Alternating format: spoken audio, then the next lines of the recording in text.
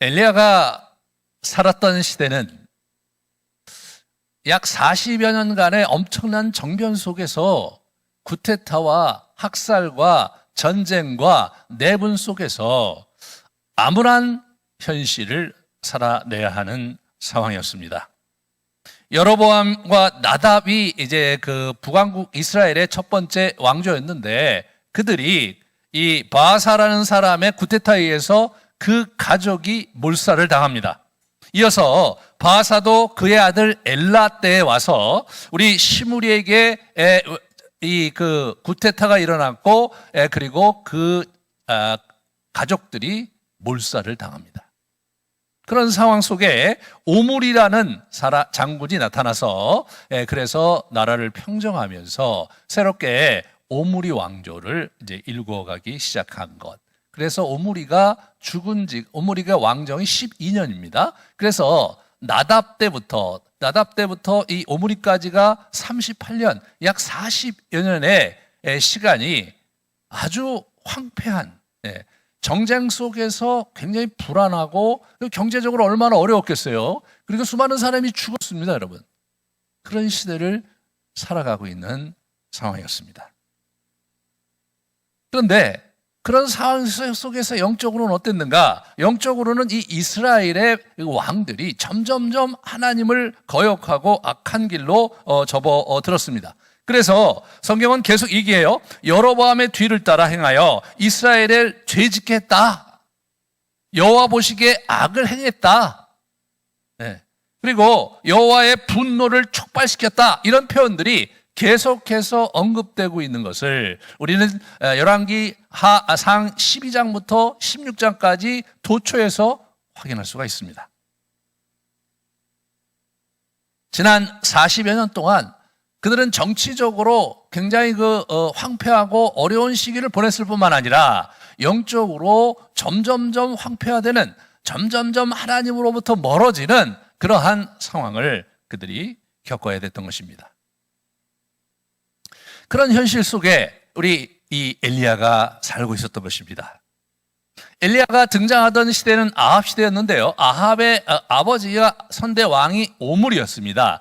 오므리는 그래도 아주 지략과 나름대로 역량이 뛰어난 그런 장군이었던 것이 분명하죠. 왜냐하면 시므리가 반란을 일으켰을 때 이 군대들이, 백성들이 오므리를 추대했습니다. 그는 덕이 있었고 지략이 있었던 사람이었고, 그는 그러한 기대에 부응해서 시므리와 디브니를 이렇게 물리치고 왕조를 새롭게 건설을 하게 됩니다.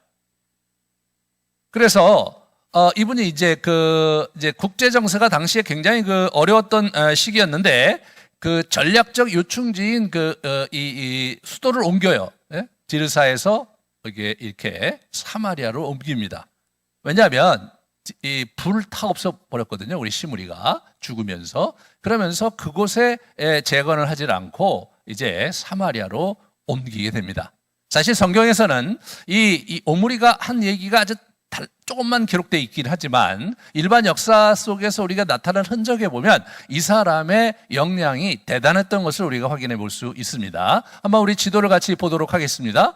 네, 저게 이제 그 당시에 있는 그 상황인데, 여기 보시면 디르사에서 사마리아로 이렇게 옮겼습니다. 이게 옮기는 걸 이렇게 이제 알게 되는데, 자, 사마리아라는 곳이 어떤 곳인지 생각해 볼래요? 먼저 디르사라는 곳은 저런 곳이었어요. 좀 더 평지였고, 기록에 의하면 굉장히 아름다운 땅이었다고 그래요. 하지만 이제 저기가 불에 탔는데 저기를 새로 건축하려고 하질 않고 이 사람이 이제 사마리아로 옮기는 거예요. 사마리아는 어떤 땅인지 한번 같이 보겠습니다. 사마리아는 이제 보면 위치가 저렇게 산 중턱이 아니라 이쪽에 서쪽에 좀 치우친, 디르사는 오히려 좀 북쪽이었는데 그런 곳이었습니다. 그런데 그 다음 걸 보시면 이런 산지예요. 다시 말해서 지금 굉장히 이제 국제 정세가 날로 급박해져 가고 있었어요. 아수르가 부흥하고 아람, 지금의 그 다메섹, 그 시리아 지방의 아람 베나닷이 막 강성해지면서 사실은 전쟁의 가문이 이렇게 도는, 실제로 우리 그 다음 왕인 아합 왕이 우리 아람 왕과의 전쟁 속에 죽거든요. 그런 시대적 상황 속에서 전략적 요충지라고 생각되는 저런 산지에다가 이제 땅을 사서 짓는 거죠. 그 다음 걸 보여주시면 저런 곳이에요. 저런 곳이에요. 그래서 아예 좀 이렇게 성을 쌓기에 좋은 그런 곳으로 이전을 했고요. 그 다음에 여기 보시면 그 터가 이렇게 남아 있습니다. 그 다음에 이렇게 보시면 이 사람이요. 이 사람이 상당히 역량 있는 장군이었던 것이 이제 그 비석에 나타나는데, 여기 보시면 저게 이제 화살표, 뭐 자세한 거 알 필요 없고, 저런 화살표 속에서 북방에 있는 아람 군대가 이렇게 자꾸 이렇게 남하하고 있었거든요. 남하하고 있었어요. 아람 군대는 왜 남하를 하느냐? 더 북쪽에 아수르가 또 계속 이쪽으로 남하하려고 하니까 이 친구들이 밀려서 남하를 하고 있었던 거예요. 국제 정세가. 그러니까 이 사람은 이거를 지켜내야 되기 때문에 나름대로 아주 견고한 성들을 짓고, 그리고 전쟁을 아주 훌륭하게 수행을 했던 것을 우리가 비석에 확인할 수가 있는데, 그 다음에 이렇게 보시면 저런 비석에 보면 이렇게 오므리가 와갖구리를 쳤다, 그런 얘기 남아 있고요. 그 다음에 또 보시면 저렇게 이제 저런 비석 속에서 이제 오므리가 어떤 활동을 했는지. 그래서 실제로 이 북이스라엘은 전통적으로 그 메소포타미아에 있는 왕국에서는 왕이 막 바뀌고 왕조가 계속 바뀌었음에도 불구하고 오므리의 땅으로 계속 불렸을 정도로 오므리가 굉장히 국제적으로 지명도 있는 인물로 강력하게 부상을 한 겁니다. 성경은 아주 단순하게 기록하고 있지만 뛰어난 역량의 소유자였습니다. 그런 상황에서 이제 누가 등장하는 거냐면 그 유명한 아합이 등장을 합니다. 이 아합은 그 아들이죠. 이 사람 수완이 되게 좋았어요. 이 사람도요. 그래서 아버지가 이루어 놓은 그 업적 토대 위에서 좀 더 강성하게 나라를 이제 이끌어 가는데, 이 사람에게도 비석이 있어. 한번 보여주실래요? 이 사람 비석도 이렇게 있어요. 이 사람.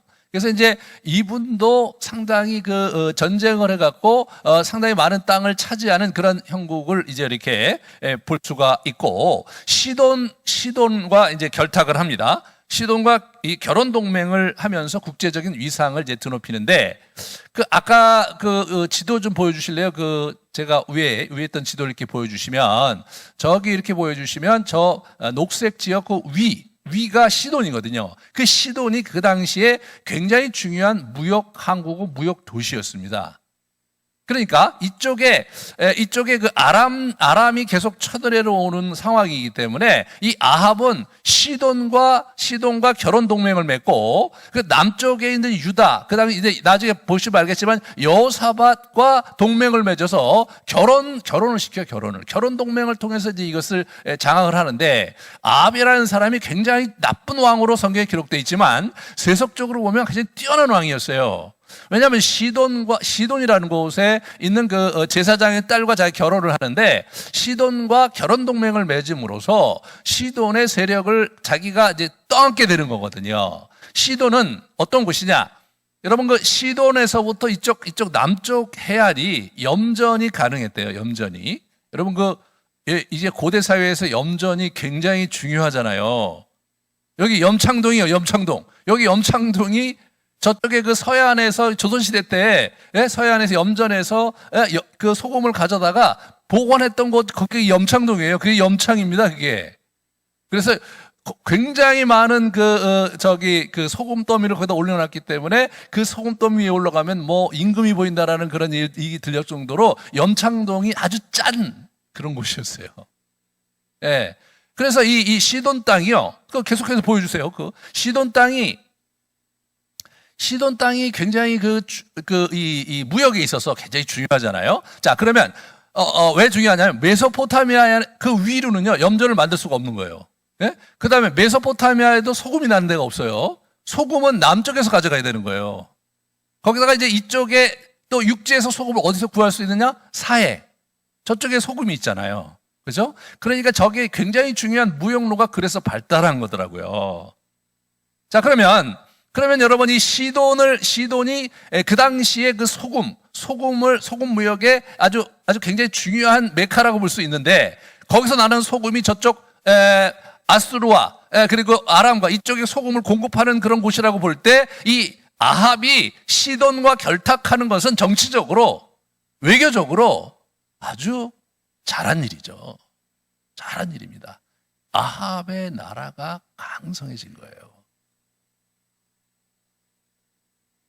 그런데 이 사람이 단순히 그러한 전략적 요충지, 그리고 그러한 소금의 그런 주 무역 항이었고 무역 국가였던 그러한 시돈과 결탁하는 것을 넘어서서 그 종교까지 받아들여요. 엣바알이라는 그 종교가 있어요. 저 지역 전체에 바알 신을 막 섬기고 있었는데, 그쪽엔 또 엣바알이라고 뭐 자기들 나름대로 약간씩 다른 형태의 바알을 섬겼다고 그래요, 학자들에 의하면. 그런데 이제 그 엣바알의 그 선지자의 딸, 그죠? 그 딸 이세벨을 이제 아내로 데려왔을 뿐만 아니라 자기가 그 바알 신전을 짓고, 그리고 아세라 신전도 짓고 섬겨요. 바알은 천둥신, 비를 가져오시는 신, 남자의 신이고, 이 아세라는 지신, 여신이거든요. 예? 그러니까 그것을 여러분, 저 당시에 보면 두로와 시돈이 훨씬 더 잘 살았던 곳이에요. 예. 이스라엘 지역은 아직까지 좀 후미지고, 그리고 못 사는 지역이란 말이에요. 그러니까 잘 사는 지역과 그 결혼을 했을 뿐만 아니라 결혼을 그 사람들이 그냥 해줬겠어요? 예. 종교적으로 통합을 하면서 결혼을 시킨 거예요. 그렇게 되니까 어떻게 되는 겁니까? 이쪽 땅 자체는 여호와 하나님의 이스라엘 백성에게 주신 언약의 땅인데, 그 땅에 바알을 섬기는 그러한 이세벨을 아내로 맞이했을 뿐만 아니라 본인 자신이 그 바알을 막 섬기는 거예요. 그렇다고 해서 우리 이 아합이 뒤에서 이렇게 보시면 완전히 바알만 섬기고 그런 건 아니었어요. 왜냐하면 엘리야에게 쩔쩔매고 여호와께 쩔쩔매는 그런 장면들이 나타나는 거예요. 이 사람은 뭐예요? 이 사람은요, 정치인이었어요. 이 사람은 협상의 대가였고요. 아주 그냥 얍삽한 전형적인 정치인이었던 거예요. 그러니까 정치적으로 바알도 섬기고 정치적으로 하나님도 섬기는 그런 인물이었더라고요.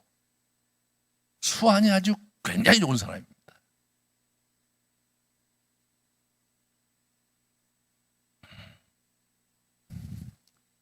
그런 시대적 상황 속에서 우리 누가 살았느냐? 우리 엘리야가 살았던 거예요. 엘리야는 디셉 사람이라고 나와요. 디셉이라는 그러한 지명이 여기만 나와요. 그 완전히 시골이에요. 요단강 동편 길르앗이라는 곳이 있는데 마하나임 북편 13km일 거라고 학자들이 약간 퀘션, 거기쯤 있었을 것 같다, 이렇게. 흔적도 없는 그러한 조그마한 시골 구석에 있었던 선지자입니다. 그 당시에 선지자가 그럼 이 사람만 있었느냐, 그런 게 아닌 거예요. 그 당시 선지자가 아주 굉장히 많았던 것으로 이제 이렇게 기록이 돼 있어요. 우리 열왕기상 18장 4절에 이세벨이 선지자를 죽이려고 할 때 보면, 이세벨이 여호와의 선지자를 멸할 때 오바댜가 선지자 100명을 가지고 50명씩 굴에 숨겼다, 이런 얘기가 나와요. 그러면 100명이 아니라 수백 명이 있었다는 것을 의미하는 거죠. 그렇죠? 그러니까 이제 선지자들이 굉장히 많았던 거예요. 왜냐? 이제 북이스라엘 진영이 지금 완전히 이제 초토화되면서 영적으로 회파되고 황폐화될 때 하나님께서 하시는 그 방식이 뭐냐면, 하나님의 사람인 선지자들을 계속 보내시는 거거든요. 물론 그 선지자 중에 거짓 선지자도 많죠. 예. 그래서 이제 제사장 계급이 아니라, 제사장은 어떻게 됩니까? 혈통으로 내려오는 그런 형태로 제사장을 되는 건데, 선지자는 하나님의 부르심과 영감 속에 누구나가 될 수 있었거든요. 근데 이제 수백 명의 선지자 활동을 하고 있는 거예요. 그런 수백 명의 선지자 활동을 하고 있는 중에 엘리야가 있었는데, 엘리야는 수도인 그 사마리아로부터 멀어도 한참 먼, 그리고 역사상 그 마을을 찾아볼 수도 없는 그런 시골 구석에서 기도하고 있었던 아주 평범한 선지자가 바로 엘리야였습니다.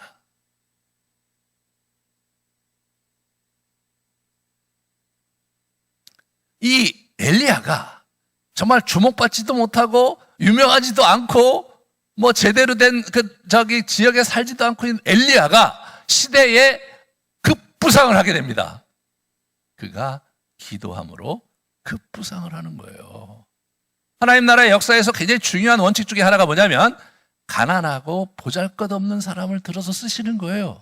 여러분 신명기 7장 6절 7절에 보면 여호와께서 지상 만민 중에서 너를 자기 기업의 백성으로 택하셨나니 그건 왜 그러셨냐? 너희가 다른 민족보다 수요가 많기 때문이 아니라 너희는 오히려 모든 민족 중에 가장 적기 때문에 내가 너를 택했다 이거예요.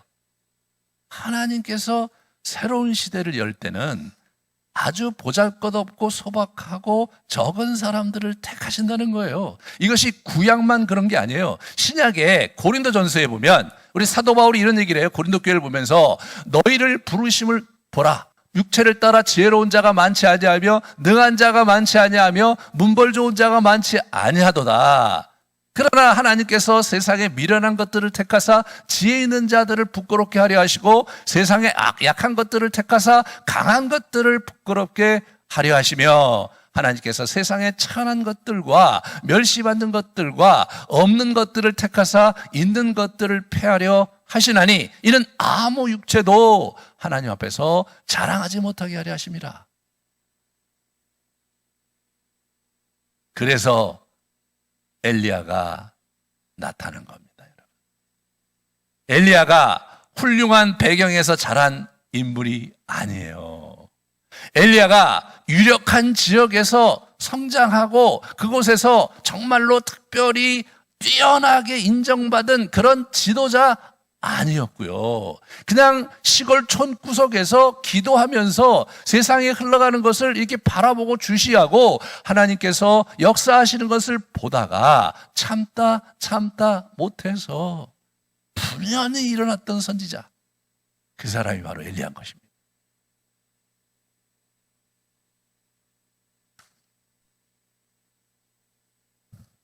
엘리야는 그런 시골 촌 구석에서 무엇을 하고 있었는가? 기도하고 있었죠. 물론 기도하고 있었겠죠. 하지만 이 사람은 시대적 상황을 주시하고 있었습니다. 그는 오므리 왕조 이전의 왕들의 세력이 몰락하는 것을 보아왔습니다. 바하사가 바하사가 완전히 그 이전에 그 여로보암 왕조를 몰살시키는 것을 보았고, 시므리가 또 완전히 그들을 바하사 왕조를 몰락시키고 또 우리 오므리가 또 시므리를 몰락시키는 거, 이런 것들이요, 여러분 그냥 오래전에 있었던 일이 아니라 지난 38년 어간에 있었던 일들인 거예요. 엘리야가 이때 나이가 얼마인지는 잘 모르겠어요. 하지만 열왕기 하에 보면 이 사람이 이제 병거 타고 하늘에 올라가는 걸로 봐서 이 사람이 나이가 이때가 좀 그래도 됐을 거라는 생각이 들어요. 안 돼도 5, 60대는 되지 않았을까 싶어요. 다시 말해서 이 사람 당대에 40여 년의 그러한 굴곡을 경험한 그런 사람이었던 거예요. 그러면서 수십 년을 돛닦고 수십 년을 기도하고 또 기도하다가 도저히 이렇게 살면 안 되겠다고 생각해서 그가 일어난 것입니다. 그렇다면 그가 이제 오므리 왕조를 또 보면 오므리 왕조가 참 재미난 거예요. 오므리 왕조가 더 악한 거예요. 더.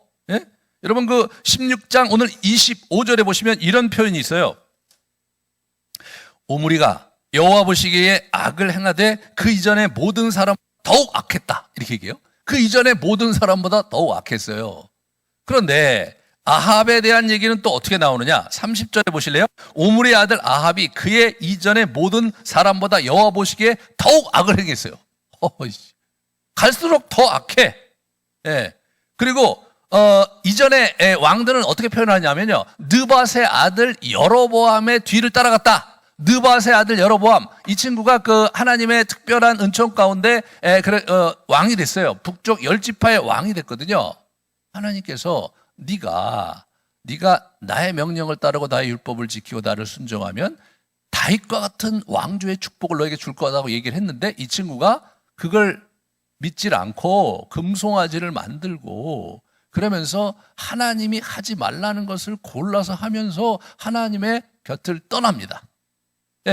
그것이 그 여로보암이거든요. 그 여로보암의 뒤를 따랐다. 이게 이제 그 북쪽 왕들의 그런 평가고, 남쪽 왕들에도 이제 여로보암의 뒤를 따르는 왕들이 있는 거예요. 그 아주 전형적인 아주 그 하나님의 그런 뜻을 저버리고 그리고 이 우상을 섬긴 그런 왕들이 바로 이제 이 여로보암의 뒤를 따랐다는데 아합은 그 정도가 아닌 거예요. 느밧의 아들 여로보암의 죄를 따라 행하는 것을 오히려 가볍게 여기며 뭐 그런 건 아무것도 아니라는 거예요. 시돈 사람의 왕 엣바알의 딸 이세벨을 아내로 삼고 가서 바알을 섬겨 예배하고 사마리아에 건축한 바알 신전에 바알을 위하여 제단을 쌓았어요, 이놈이. 그러니까 그 이전에 왕들은 잽도 안 된다. 지 아버지도 잽도 안 된다. 그러니까 어떻게 된 겁니까? 갈 때까지 간 거예요. 이렇게 악할 수는 없는 거예요. 이 누굽니까? 이 엘리야가 시골에서 정말 참다 이거는 아니지 않냐. 이거는 아니지 않냐. 그 생각을 이 사람이 했던 겁니다. 그렇다면 이 사람이 그런 상황을 적어도 10수년을 고민하다가 도대체 무엇이 계기가 됐길래 이 사람이 갑자기 아합을 만나서 내 말이 떨어지기 전에는 여기에 기근이 있을 것이다. 이슬도 내리지 않을 것이다. 그런 엄포를 놓는 대담한 행동을 하게 됐는가? 거기에는 이 사람 나름대로의 그 전환점이 되는 징후를 보았기 때문입니다. 그것이 무엇이냐? 그것이 바로 34절에 나와 있는 여리고성 이야기입니다.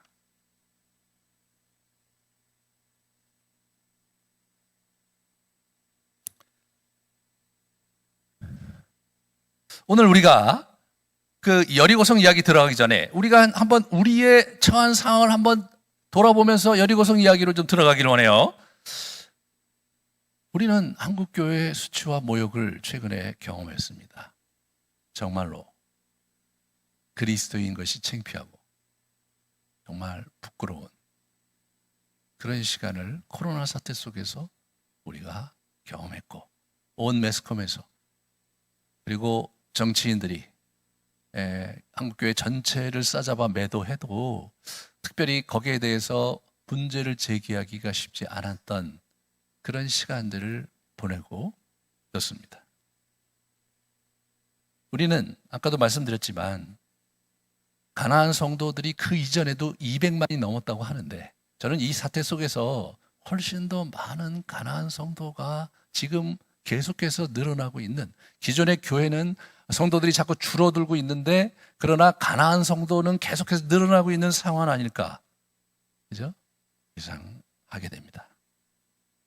비대면 예배가 드려지면서 예배에 대해서도 우리가 예배에서 경험하는 하나님의 경험과 영성을 우리가 이제 많이 놓치고, 은혜를 정말 붙잡을 수 있는 통로를 우리가 많이 놓친 가운데 우리가 살아가고 있고, 각 교회에서 행했던 여러 훈련 프로그램들이 모두 정지된 채 사실은 지난 몇 달간 우리가 방치된 채 보내고 있습니다. 사실 이제 이 코로나 사태가 다시 복귀되고 그리고 나서 완전히 교회가 정상적으로 운영하게 될 때의 상황이 어떻게 될 것인지는 아무도 예측할 수 없지만, 분명히 긍정적인 것보다는 부정적인 현상이 드러날 것이 너무나 분명합니다. 코로나는 사실 그나마 갖고 있었던 내수 경기 자체를 완전히 침몰시켰고, 사실 엄청난 변화를 저희가 눈앞에 두고 있는데, 사실 그 코로나보다 더 심각한 변화가 일어나고 있는데, 그것이 뭐냐면 4차 산업혁명 시대가 빠르게 오고 있다는 거죠. 인공지능이 모든 대부분의 그 어떤 우리 그 직종을 잠식해가는 그런 일들이 과거보다 훨씬 더 빠르게 이 사회에 침투하면서, 그러면서 이게 일자리가 점점 줄어드는 겁니다. 여러분, 1차 산업혁명에서 이게 되면서 어떻게 일자리가 늘어났어요. 2차 산업혁명도 일자리가 늘어났습니다. 3차 산업혁명도 일자리가 늘어났는데, 이 4차 산업혁명은 일자리가 줄어든다는 거예요. 그런 면에서 우리가 전통적인 이제까지 그 살아왔던 그런 방식으로 코로나 사태 이후를 우리가 살아가려고 한다면 사실 우리가 마치 우리의 건너갈 다리가 끊겨 있는 그러한 삶의 지점에서 우리의 현실을 맞닥뜨릴 사람들이 매우 많다는 거죠.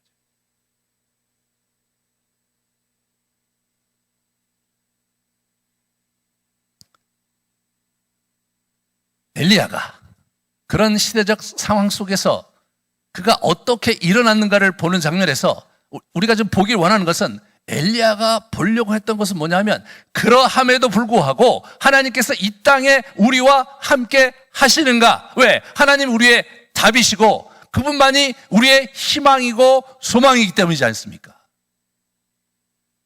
그런데 그런 사건이 일어났어요. 34절에 우리 같이 보겠습니다. 그 시대에 베델 사람 히엘의 여리고성을 건축하였는데 그가 그 터를 쌓을 때 맏아들 아비람을 잃었고 그 성문을 세울 때 막내 아들 수굽을 잃었으니 여호와께서 눈의 아들 여호수아를 통해 하신 말씀과 같이 되었더라. 이 말씀이 여기 갑자기 나오는 거예요. 갑자기 나오는 거예요. 이 여호수아의 말씀이 무엇이냐? 여호수아서 같이 볼까요? 여호수아서 6장 26절에 이렇게 돼 있어요. 여호수아가 여리고성을 정벌하고 나서 그때 맹세하 이르되 누구든지 일어나 이 여리고성을 건축하는 자는 여호와 앞에서 저주를 받을 것이다. 그 기초를 쌓을 때에 그의 맏아들을 잃을 것이요 그 문을 세울 때에 그의 막내 아들을 잃으리라. 오늘 본문에서 보시면 바로 그 문장 그대로 쓰고 있는 걸 보고 있죠. 성문을 세울 때 막내 아들 수굽을 잃었으며, 그죠? 터를 닦을 때 맏아들 아비람을 잃었다. 저 문장이 그대로 와서 이렇게 병행이 되고 있는 거잖아요. 저자는 뭘 얘기하는 거예요? 지금 여호수아 때 맹세하러 하고 예언했던 그 저주가 바로 이 시대의 성취가 된 거예요.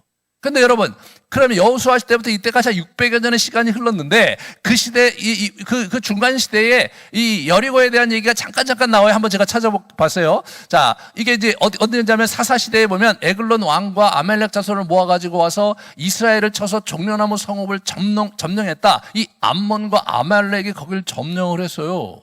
그런데 아무 일도 일어나지 않았어요. 물론 성을 건축하려고 했는지 아닌지 알 수가 없어요. 그 다음에 다윗 왕 시대에 암몬 왕과 이 굉장히 그 친하게 지냈는데 암몬 왕이 죽고 나서 자기가 이제 그 조문객을 보냈는데 그들이 이제 사실은 오해를 해서 우리 수염을 깎고 그 사신들을 이제 의복에 중동몰기를 자르고 그러면서 아주 보냈거든요. 이때 그 사람들이 크게 부끄러워함으로 왕이 그들을 맞이하려 보내 이르기를 너희는 수염이 자라기까지 여리고에서 머물다가 돌아오라. 그런 걸로 봐서 여리고 성이 물론 그때 회파됐지만 여리고에는 여전히 사람들이 살고 있었던 거예요. 그죠? 여전히 사람들이 살고 있었던 거예요.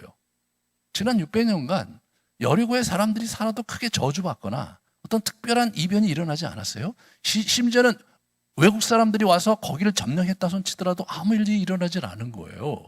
그런데 갑자기 베델 사람이 저기 가서 성을 지으려고 했어요. 저기 지금 베델은 사실은 베냐민 땅이었는데 우리 그 북왕국 여로보암 때 베델을 자기가 차지해 버렸어요. 그리고 베델이 어떻게 금송아지를 만든 저 위에 그 단과 베델 거기다 금송아지 2마리를 갖다 놨거든요. 거기가 베델이 나름대로 이제 그 여로보암의 성지였죠. 거기 있던 친구가 이제 나오는데 그 사람의 이름만 나오지,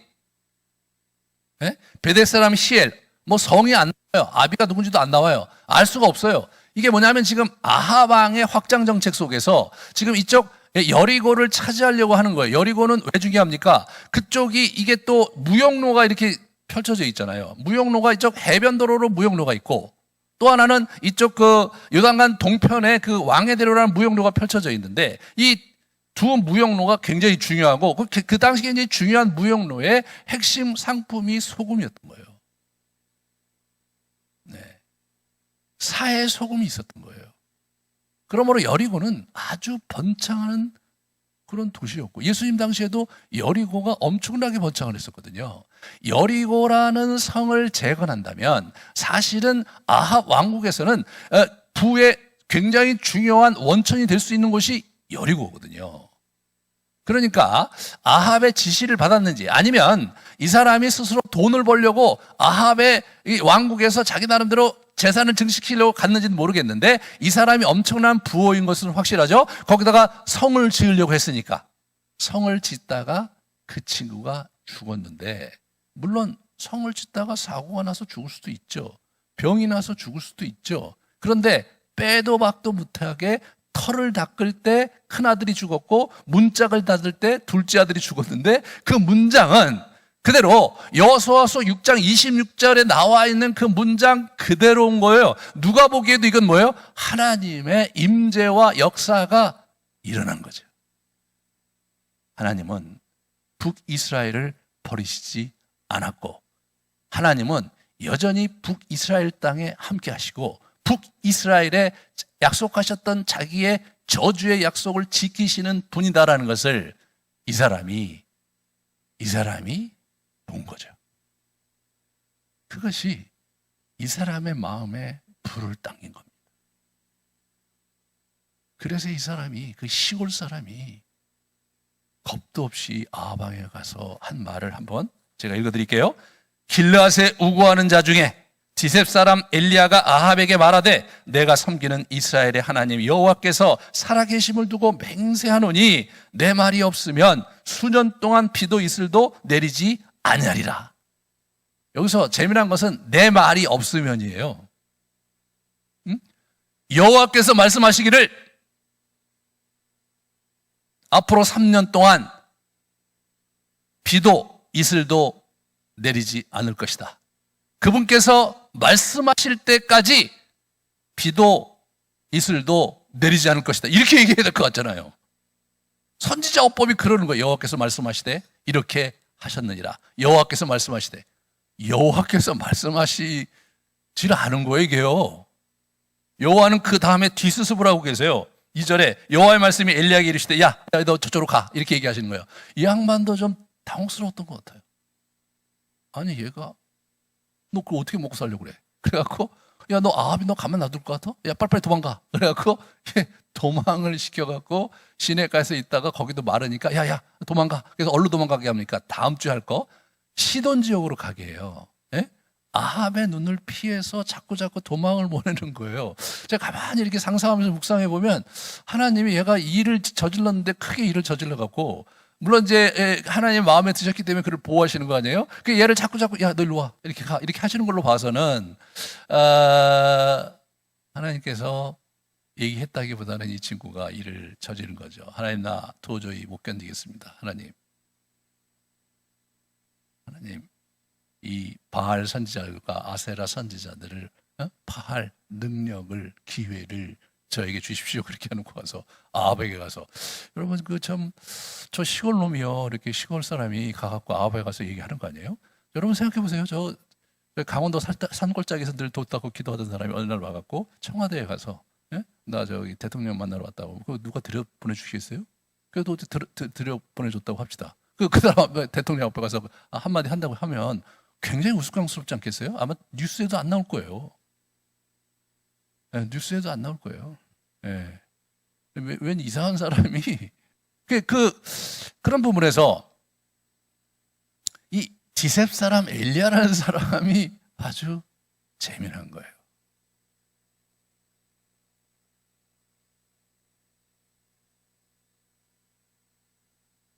그런 기도의 골방에서 여리고 성에서 하나님의 저주의 약속이 집행되는 걸 보면서, 하나님께서 이 땅에 함께 하시고 계시구나.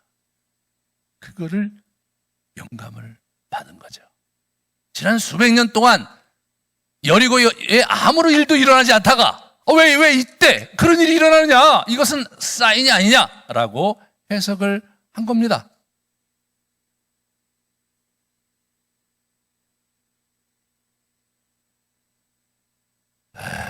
우리는 마곡에 있는 게 아닙니다. 우리는 주목이 되는 마곡 인근의 방화동에 있어요. 방화동에. 여러분, 여기는 굉장히 후미진 동네입니다. 그죠? 이 블록은 개발도 잘 안 돼 갖고요. 여러분, 이 건물 자체가 언제 지어졌는지 아시는 분 있어요? 70년대에 지어진 건물입니다. 예, 정말 거의 길르앗의 디셉이라고 해도 과하지 않을 때가 이제 우리가 살고 있는 이곳이에요. 그래서 마곡 인근에 있는데 아주 퇴락하고 개발이 안 된 땅, 70년대 건물에 저희가 소박하게 와 앉아 있습니다. 하나님께서 이 조그만 교회에 무슨 일을 하셨는지를 우리가 좀 생각해 보면 좀 이렇게 생각할 게 있어요. 왜 그때 그 타이밍에 여기에 보내셨는가? 2월 초에 여기에 들어왔는데 2월 말에 저희가 이제 코로나 사태를 맞이한 거죠. 여러분 생각해 보세요. 저는 5년 동안 기도했어요. 옮겨달라고. 중간에는 안 옮겨주시면 그냥 목회 그만두겠다고 땡깡을 부릴 정도로 기도를 했는데 안 이루어지다가 갑자기 그때 뭐 어떻게 하다가 온 거예요. 여러분 만약 우리가 그때 열로 이전하지 못했다면 거기서 우리는 생존하기가 너무 어려웠을 거예요. 거기 막 그냥 건물에 사람들도 많고 학생들 학원들도 많고, 예, 사실은 아이들 데리고 이 상황 속에서 거기서 예배드리기도 어렵고 나중에 안 사시지만 거기 있는 그 스타벅스 빌딩 그 위가 바로 우리 그 신천지 사람들의 이제 그 모임 장소라는 걸 나중에 우리가 알게 됐고 이제 여러 가지 생각해 보면 야 정말 어떻게 그 타이밍에 정말 그럴 수 있었는가에 있어서 상당히 참 묘한 생각을 갖게 됩니다. 코로나 사태를 맞아 우리가 굉장히 어려웠는데 부활절 예배 드리면서 저희가 성찬식을 할 때 하나님의 임재가 우리 가운데 강하게 임했던 것을 지난번 같이 나눴습니다. 그런데 사실 제가 저희 교회에 대해서 특별히 하나님의 은총이 있다고 깨닫게 된 것은 이게 이렇게 있을 수가 없어서 줌으로 온라인으로 영성 훈련을 하게 됐는데 이 렉시오 디비나와 이미지 묵상을 할 때에 하나님께서 놀라운 은총을 주시는 것을 제가 목도하면서 굉장히 큰 도전을 받았습니다. 집에서 그냥 앉아갖고 저하고 같이 이렇게 좀 훈련을 하고 묵상에 들어가면 더러는 우리 성도들이 막 이렇게 굉장히 감동을 이렇게 하나님 만났다는 감동 얘기를 막 하는 거예요. 많이 우시는 분들도 있는 거예요. 저는 지난 10년 동안 사실은 제가 이렇게 저렇게 영성훈련을 하면서 여러분들의 은혜를 하나님께서 끼칠 것을 위해서 간절히 구하면서 계속해서 그런 시간을 보내왔습니다. 그래서 막 8주 코스도 만들고 막 그냥 리트리트 가서 어떻게 뭔지 해보고 그러면서 더러 은혜를 받았는데 사실 제가 온라인으로 줌으로 하면서 은혜를 받는 것을 보면서 제가 더 큰 충격을 받았어요. 여러분도 아시겠지만 15분 하거든요. 여러분 본문 하나 갖고 15분 해요. 그런데 이분들이 그냥 엄청난 은혜를 받아요.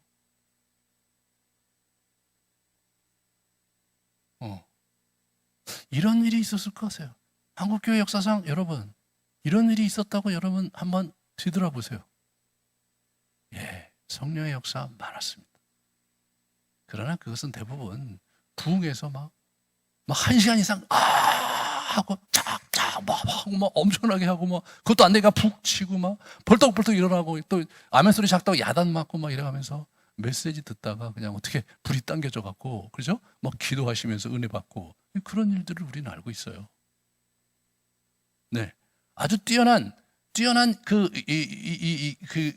우리 메신저가 목사님들이 은사가 아주 뛰어난 분들이 말이에요. 메시지 전하다가 귀신을 내쫓고, 막 병을 고치시고 그런 이사와 기적을 행하실 때 그냥 분위기가 막 확 올라오면서 많은 분들이 하나님의 살아계심과 성령의 역사하심을 경험하는 거 저 어렸을 때 많이 봤습니다. 그런데 그냥 집에 앉아갖고 저하고 마주보는 것도 아니고 그냥 제가 단박단박 이렇게 낭독을 하고 자 우리 묵상에 들어갑시다 하는데 그 몇 분 안 되는 시간에 주님을 만나고 자기가 평생 이런 경험을 처음 했다고 하는 그 고백을 들을 때 이야 이건 뭔가 여러분 저는 이거보다 더 큰 사인은 없다고 생각해요. 네. 하나님이 우리와 함께 하시는 거죠. 여러분 뭐 이유를 생각하면 이유를 제가 강의를 뭐 굉장히 열심히 했고 막 그냥 스텝 바이 스텝 아주 훈련을 막 굉장히 많이 시켰고 말이에요. 어? 그리고 본인 자신도 막 금식을 했고 그래갖고 와갖고 막 어떻게든지 하나님의 은혜를 사모하고 앉아있다가 은혜를 받았다 이런 게 아니에요. 네? 이런 게 아니에요. 그냥 여기 어떻게 참여하게 됐습니까? 아, 그냥 목사님이 좀 권유를 해서 뭔지 모르는데 잘 될까 싶은데 의구심도 있고 그런데 한번 해봐요. 뭐 이렇게 들어오세요. 다들 이렇게 들어오셔갖고 하다가 그냥 은혜를 받으시는 거예요.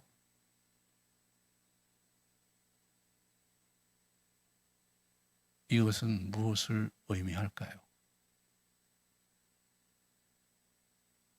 여러분은 그런 일이 그렇게 흔하게 일어날 수 있는 일이라고 생각합니까? 저는 제 평생 대학 졸업하고 사역에 몸담아왔지만 이런 일을 경험한 적은 없었습니다. 제가 목사인 것이 이렇게 자랑스러운 적은 없었습니다. 이것은 강력한 사인입니다.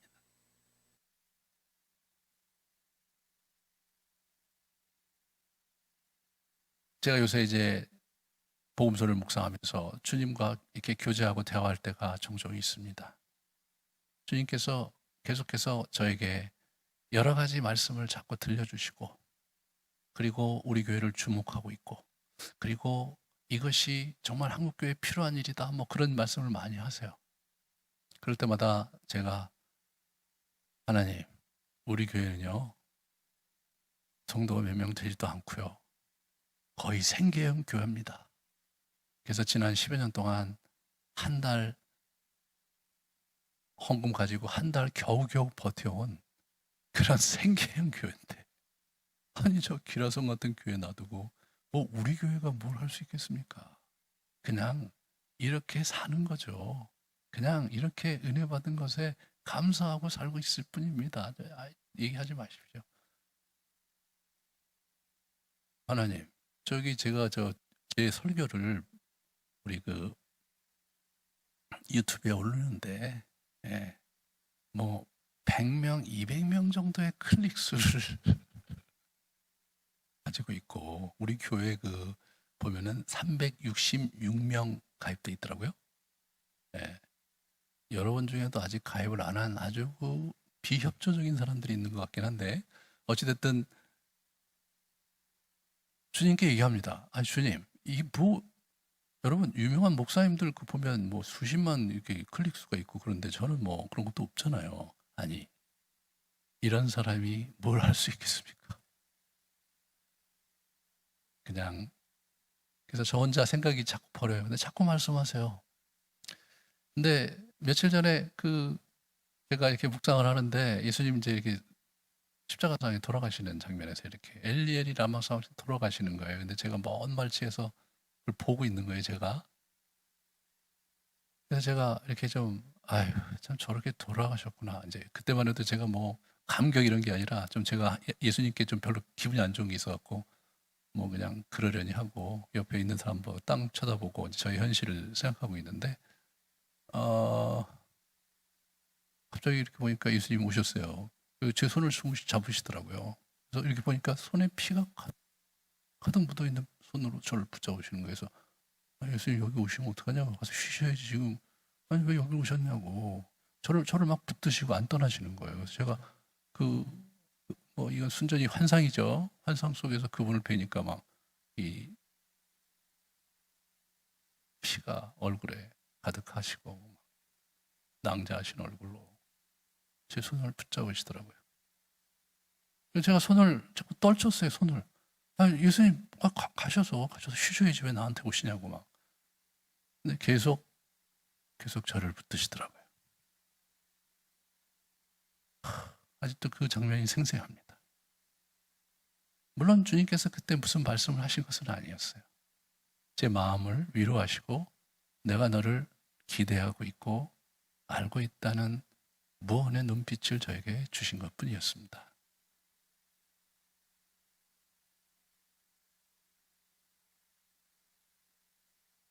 제가 기도하면서 아마도 우리에게 이런 은혜를 주신 것은 이 시대를 향해서 하나님께서 우리에게 일하는 기회를 주시는 건 아닌가라는 생각을 조심스럽게 하게 됩니다. 사랑하는 여러분, 기도하시기 바랍니다. 하나님이 어떻게 우리가 지난 10여 년 동안 쌓았던 영성 훈련과 주님을 만나는 이러한 훈련들이 우리를 넘어서서 다른 사람에게 쓰일 수 있는지, 제가 실험적으로 미국과 여기저기 있는 그룹 하나를 외인 부대라고 해서 제가 한 그룹을 하고 있거든요. 이분들이 너무너무 은혜를 받는 거예요. 너무너무 은혜를 받는 거예요.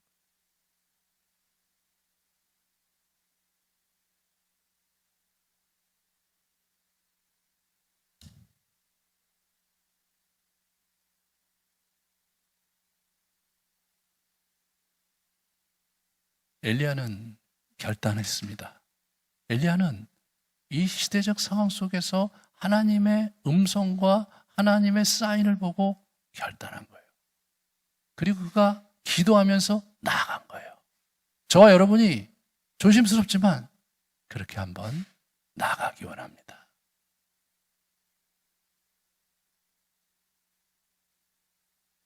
엘리야의 기도가 어떤 기도였는가? 우리 야고보서 선지자가 이렇게 얘기해주고 있어요. 엘리야는 우리와 성정이 같은 사람이로되 그가 비가 오지 않기를 간절히 기도한즉 3년 6개월 동안에 땅에 비가 오지 아니하였고 다시 기도하니 하늘에 비를 주고 땅이 열매를 맺었다. 우리와 성정이 같았다. 여러분과 저와 다를 바가 없는 사람이었다는 겁니다. 그가 기도할 때 놀라운 일이 일어난 거예요. 그가 하나님의 사인을 믿음으로 받아들이고 기도할 때 놀라운 일이 일어난 거예요.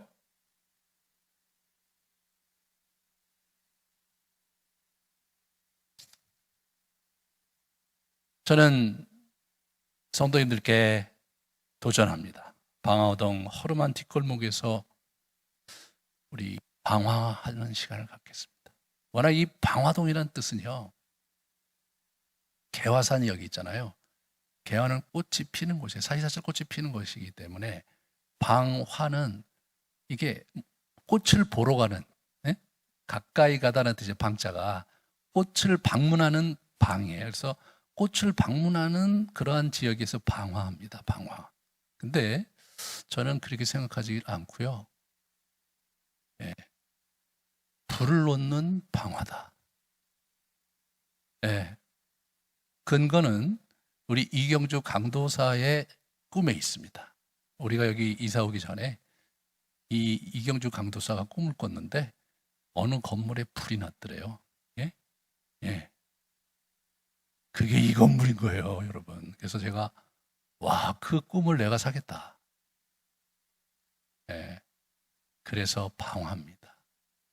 방화동에 개인이 온 게 아니라 이 후미진 방화동 허름한 건물에서 지셉사람 엘리야처럼 우리가 이 시대를 향해서 정말 믿음을 가지고 우리가 할 수 있는 만큼 일어서기를 원합니다. 우리는 크게 세 가지의 방화 전략 모드를 가지고 한번 해보려고 그래요. 첫 번째는 뭐냐면 위기를 돌파하는 신앙을 무장하기 위해서 FIC 프로그램을, 그게 이 영적 전쟁을 하면서 그리스도 안에서 자유를 하면서 어떻게 아주 현실을 뚫어가는가 말이에요. 예, 그런 부분에서 아주 탁월한 그 간증을 갖고 있어요. 예, 42개국에서 엄청난 일들이 일어나고 있는 것을 제가 어제 리포트를 받았습니다.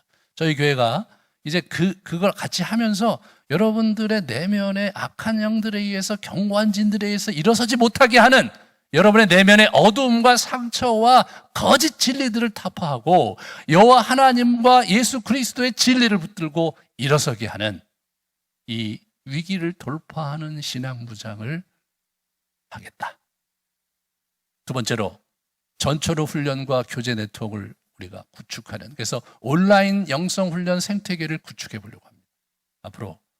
그래서 우리가 이제 교회에 오지 못한다 할지라도 온라인에서 할 수 있도록 영상을 제작하고 그리고 그것을 가지고 사역하는 그런 형태로 앞으로 저희 사역자들이 구체적으로 가려고 하는데, 그 상징적인 그림이 바로 아까 보셨던 그 하이라이트 영상, 그것이 우리가 그리로 가고 있다는 상징적인 그림으로 여러분을 도전할 것입니다. 여러분이 함께 해주시면 더욱 고맙겠습니다. 세 번째로는 인공지능 시대에 적응된 영성 훈련과 주일학교 교육을 해야 되겠다. 이게 지금 코로나가 문제가 아니라 이 코로나로 인해서 이 인공지능 시대가 굉장히 급격하게 이렇게 가까이 온 거거든요. 이미 가천 의대에는 암 진단하는 그 인공지능 의사를 도입을 했는데 아주 적중률이 굉장히 많아갖고 손님들이 굉장히 많이 온다는데, 더 재미난 것은 뭐냐면 그 손님들한테 그 환자들한테 그 의사 선생님의 진단을 의뢰하겠느냐 아니면 인공지능에게 의뢰하겠느냐 하는데, 재미난 것은 많은 사람들이 인공지능 의사에게 진단받겠다고 했다는 거예요. 예, 굉장히 큰 충격이었습니다.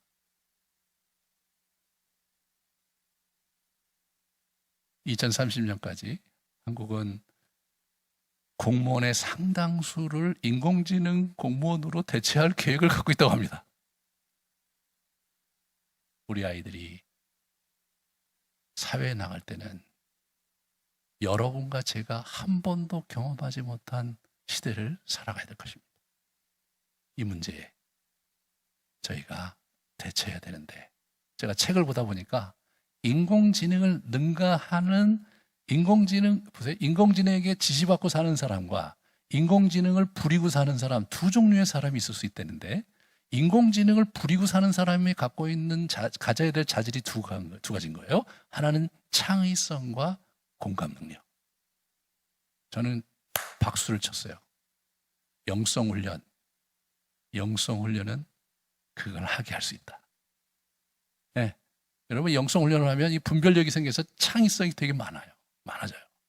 그리고 이 공감 능력이 점점점 넓어져요. 이거보다 더 좋은 건 없는 거예요. 그거를 장착하는 데 시간이 좀 걸릴 뿐인 거예요. 그래서 우리 주일학교는 이미 시작했지만 더욱 열심히 영성훈련을 시키는 주일학교로 만들겠다. 네. 그리고 우리 주일학교 교육 자체가 학교 교육과는 다른 라인에서 이 인공지능 시대를 넘어서는 창의적인 그런 어린아이들을 키우는 그러한 형태로 바꿔가려고 합니다. 이미 미국에서는, 그리고 일본에서는 인공지능 시대에 적합한 인재들을 키우기 위한 학교들이 생기고 있는데, 저희 나라는 아직 시작을 안 했어요. 그런 면에서 이 시대를 저희는 저 세 가지 방화 전략 모드를 가지고 앞으로 나가려고 합니다. 여러분, 함께 같이 갈 수 있기를 초대합니다. 뿐만 아니라 여러분 개인이 또 하셔야 될 일이 있는 거죠. 여러분이 이 영성훈련을 흉내내면서 이 허름한 뒷골목 아름드리 교회를 다니고 영성훈련을 흉내내면서 어정쩡하게 살아가고 있는 여러분들, 바로 여러분같이 부족한 사람들이 하나님 나라를 위해 쓰여질 좋은 제목이라고 우리 고린도전서 1장에서 얘기하는 거죠. 자랑할 만한 것이 별로 없고 뛰어난 것이 별로 없는, 그리고 후미진 곳에 살아가는 여러분과 제가 이 시대에 하나님의 나라에 필요한 용사들이다. 그런 확신을 가지시기 바랍니다. 그래서 여러분이 개인적인 차원의 전환을 위한 결단을 해주시기 바라요. 그래서 이 시리즈가 계속 진행되면서 여러분들이 하나하나 그것을 이루어가기를 원합니다. 하기 싫은 것 또는 꼭 해야 하는데 하지 못했던 일을 도전하십시오. 다음 주까지 한 가지 이상씩 그걸 가져와서 같이 기도하는 시간을 가지려고 그래요. 영성훈련 세 기둥을 세우는 거, 그 다음에 여러분들이 그 세상을 위한 도구, 개인적 차원에서 세상을 이겨낼 여러분의 재능과 능력을 겸비할 어떤 것, 그런 부분에서 여러분이 결단을 하시기 바랍니다. 저는 영상으로 제가 이제 설교하는 사람으로 이렇게 거듭나려고 결단을 했습니다. 내년쯤 제가 제가 그림과 영상하면서 이게 제가 이제 꿈꾸는 것이 뭐냐면 옛날부터 꿈을 꿨었는데 그 역사 스페셜 나오는 그런 분위기 있잖아요. 그런 분위기로 강의하는 것이 저의 로망이었는데 제가 포기했었어요 옛날에. 아유 저거 나이도 들고 그래서 이제 새롭게 하는 게 힘들어서 포기했는데 이번에 결단했습니다. 1년 안에 내가 그런 강의자로 등극하겠다. 아마도 한국에서 최초로 성경 강의를 영상과 여러 역사 자료의 그 지도와 그리고 그림을 가지고 다이나믹하게 제가 내년까지 그렇게 하기로 작정을 했어요. 그래서 제가 이제 운영위원한테 저기 아이패드도 써달라고 그러고 지금 다 바꾸려고 그래요. 저 자신을 아예 바꾸고 여러분께 한번 공개적으로 선언합니다. 여러분이 이제까지 하지 않았던 해야 되는데 꼭 할 수 없었던 하지 못했던 부분을 하나씩 결단하면서 새로운 시대를 준비하시는 복된 여러분 되시기를 축원합니다. 같이 우리 기도하시겠습니다.